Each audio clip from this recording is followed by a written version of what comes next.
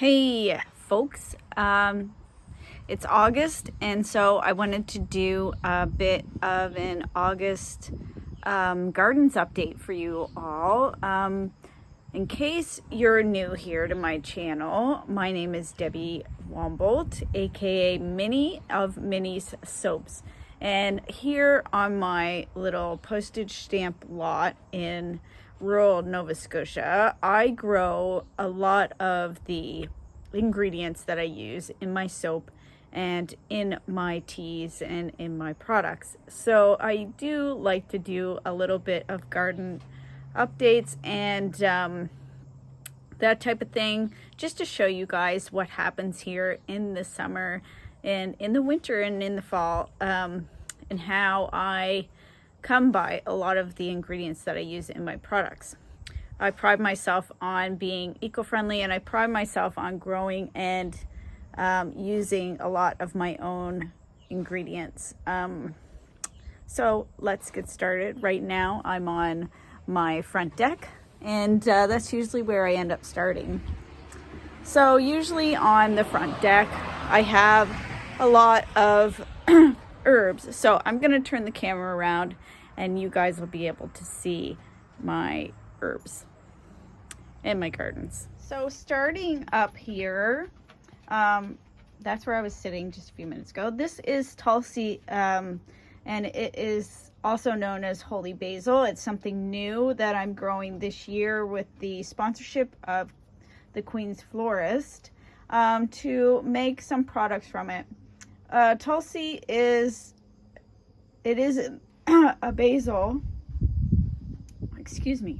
It is a basil, and it is very good to use as a tea and as an all-around good herb. It doesn't just relieve anxiety. What Tulsi does is relieve the stress that you hold in your body. So my plan for this, and I've been harvesting this off and on all summer, is to use it in a tea, but also to use it in a nice bath salts as well. This is some of my rosemary, which is doing really good this year. You probably have seen I use rosemary in my shampoo bars, and I like to grow my own, of course. So there's some of my rosemary. Up here are our bonsai trees. This one is a fig, and it's a fig, yes. A ficus, excuse me. This one is a ficus, and this one is grapefruit. The leaves of this you could actually use in cooking. It's an actual grapefruit tree. My grandmother planted the seeds many, many years ago. I have some coleus up here.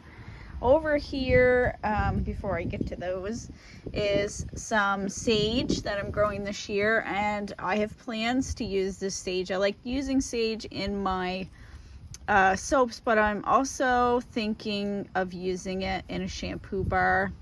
Sage is a really great antiseptic. It's a antifungal. It's one of those herbs that's just really, really good for your skin.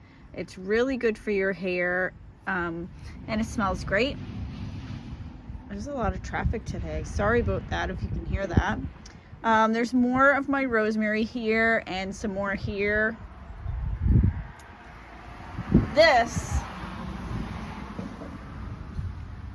is a moonflower that I grew this year. I got the seeds as a gift from a friend of mine and grew it as an experiment, and it did bloom once for me. There's the seed pod left from that, so I'm hoping it gives me another bloom, but I don't see any evidence of it. There's always lots of house spiders and garden spiders.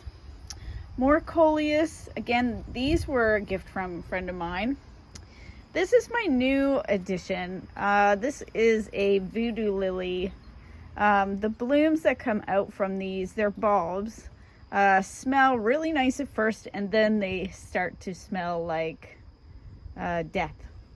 So it's really interesting and just a fun thing I got at Cosby's Garden Center, our local garden center.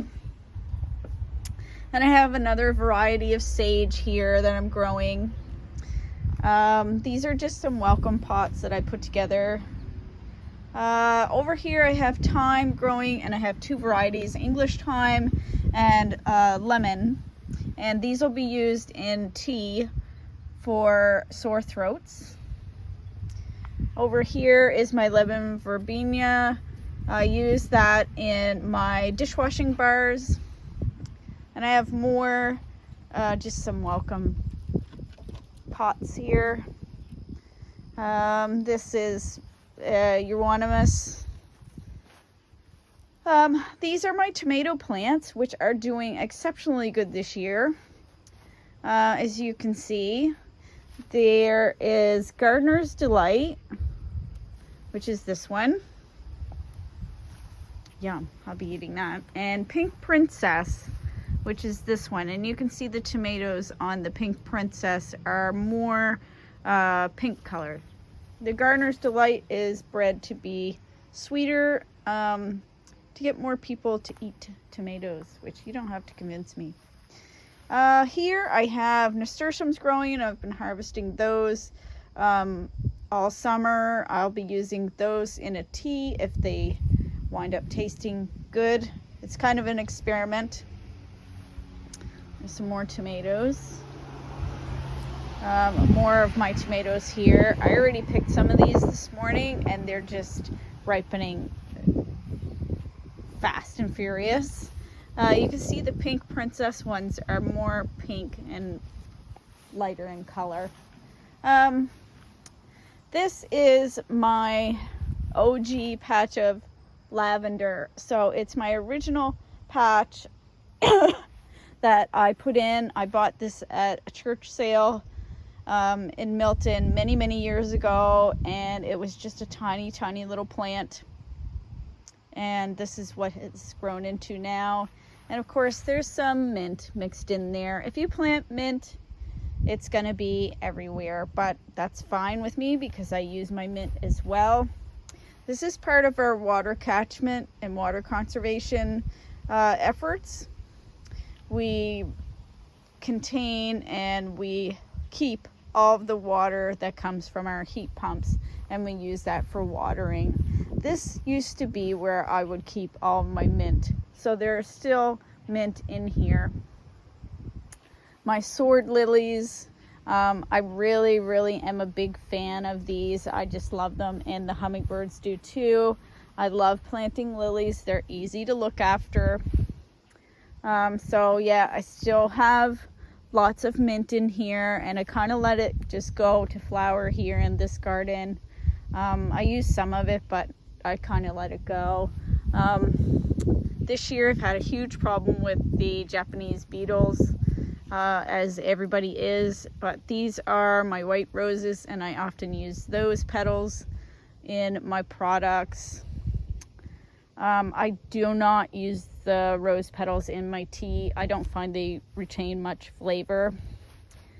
Now, somewhere here is lemon. Oh no, I don't. There's lemon balm in here. Ah, there it is. It's hiding. There's a little patch of lemon balm in here, which obviously needs tending to. It's not getting enough light. I use lemon balm in teas, specifically my anti-anxiety tea.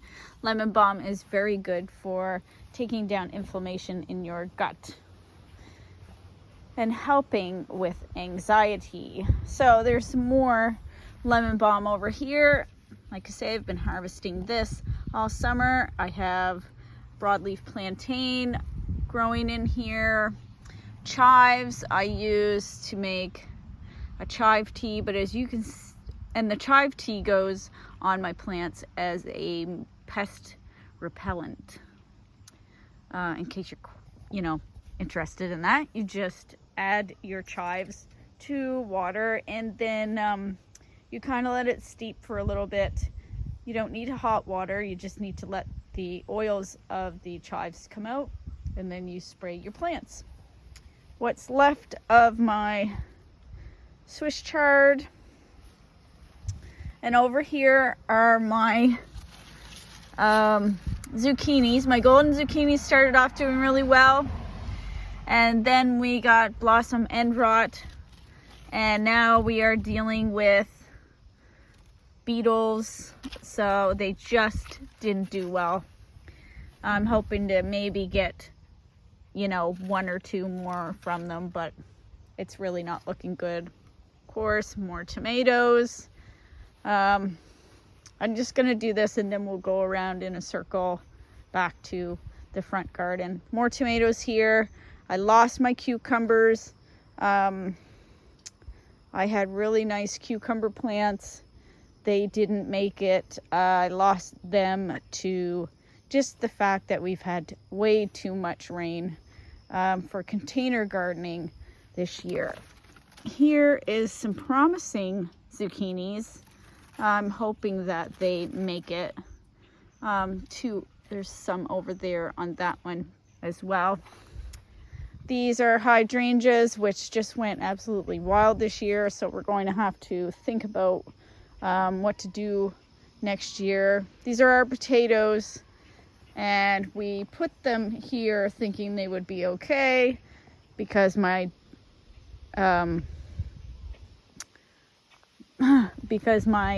hydrangeas have never gone and grown this much before, so we thought the potatoes would be okay here. It turned out that the hydrangeas went crazy and were overtaking our potatoes, so we had to tie up the hydrangeas to save our potatoes, but our potatoes are still doing really well. Over here, this isn't our property, but there are a million sunchokes in there. So I'm going to try those this year. There's also jewelweed growing, those little yellow flowers over there. And I'll be using some of those. Coming over here, this is my 3rd planting of peas this year. I had 2 plantings in here that we consumed, and now we're on our 3rd. So to start in this garden, this is Anise hyssop, which I've been harvesting and I'll be using in teas and in soaps. And the bees, as you can see, just love it. My pink roses, I do use the rose petals from these as well. More Anise hyssop here. These were my beautiful hollyhocks, which have gotten rust so bad that they are not going to recover, but they're going to seed. So a hosta, and over here is new this year, red bee balm that I planted next to my purple bee balm. I use bee balm in a lot of my soaps, a lot of my products. I love it. Lots of mint, of course. More thyme here. I have lemon thyme and English thyme planted here. These are new. Put in. Sorry about that. These are new. I forget what they're called, and I lost the tag. They're just some flowers I put in. Purple sedum. These are all last year's new plantings of lavender. That one is Platinum Blonde, which did have a couple of blooms on it this year, but next year I expect more. And these were just English and French lavenders. Hens and chicks, of course. My husband really likes those. These have all grown really, really well this year. Dandelions are a thing that I do want to keep in my gardens because in the fall I want to try to make cowboy coffee, which is a coffee substitute you make while roasting dandelion root. These are hardy orchids that I just got, and this is the hosta of the year, mouse ears, which I thought was really cute. Yeah, there are the hardy orchids. That's what they'll look like, which are just something that I put in for the pollinators. I like to keep a lot of flowers in with my herbs. I love to have things that pollinators enjoy. Oh, there's one of my calendula flowers I'll have to pick. These were irises that I got this year. In here, right over there, is more Tulsi basil that I'm experimenting with to find out if it is cold hardy. This is ginger mint. So I'm pretty excited about this because the flavor of this is exceptional. It tastes like ginger, but it is a mint. So I'm waiting for that to get big enough to harvest. It's growing really well. Over here are more of my calendula flowers. I harvest these and I use them in my salves. More Tulsi basil there. My Koto no Ito Japanese maple. More lavender is there. This is my azalea that is a showstopper in the spring. This is where I grow the majority of the mint that I use in teas. This is an English mint, and it makes a very nice tea. And in here is another dandelion that I'm waiting. I don't want to dig it up. I want it to get really big because I'm going to harvest it in the fall. Some of my lilies growing here. These ones here are double bloom lilies, and they are magnificent when they open. I'll be sure to share pictures. Over here, these ones are my favorite. I love watching the hummingbirds come, and they come right into these. And those are multiplying nicely, which I'm excited about. I tried to do an English cottage style gardening, multiple things or multiple heights. There's no real set rhyme or reason to anything. Everything works together. I love my lilies. Like I said, these ones are just really amazing. I had some black ones there. I have lupins, wild lupins. This is a dragon's tail willow growing here.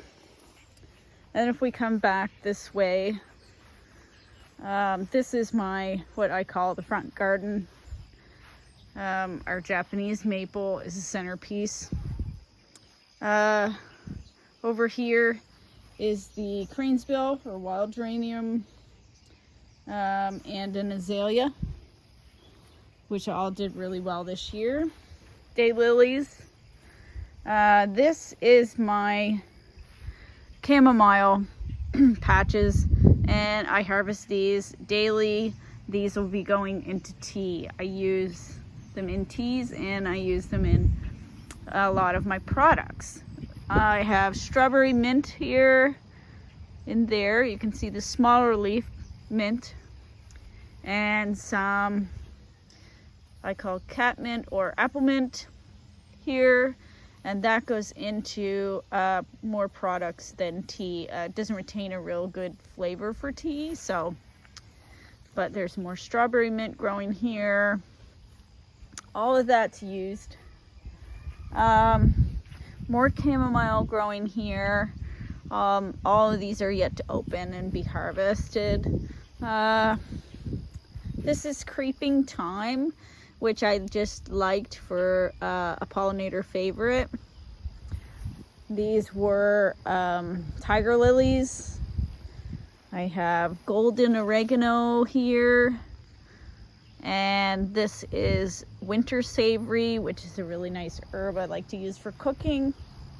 This is my original patch of chamomile, which is overtaken into the lawn. but it's a great producer and it's growing all the way under there. A lot of work needs to be done in these gardens. I haven't been out in them for quite a while. So it's hard when it's rainy all the time, and my husband was on vacation. These are some daylilies that I have planted. And then let's go this way to the backyard. Oh, and this is my dogwood tree that I've been given as a gift, an award for volunteering. So coming back through the fence, more water catchment. These are our carrots. This is our carrot patch. Some of my carrot seed didn't do well this year, but most of it is doing really well, and we've been harvesting off of there. This is my high bush blueberry. As you can see, it is just full of blueberries. So we've been picking off of that as well. These are our onions, and these will be coming out of the ground very soon. As you can see, they're gone over, and it is time to take them up. This year we put a greenhouse up, which was very, very helpful in getting crops started early. And this is my most successful year for peppers that I've ever had. As you can see, I've got very huge peppers growing. I've been able to keep lettuce going for the guinea pigs. My jasmine is loving it in here. As soon as you open the door, you can smell the jasmine. These are more peppers here growing. This is a coffee plant. It's actually an Arabica coffee plant. These are just some little plants that I have for sale, little Haworthias, dragon fruit cactus, some oxalis. These are future bonsais. This one is a lychee tree. This one is Spanish lime. And this one is our mango. These are some, oh my gosh, I call them these are some clippings from my bush out front. Oh, euonymus, my euonymus bush I have out front, which I'm rooting. There's some kale that I've been growing for the guinea pigs.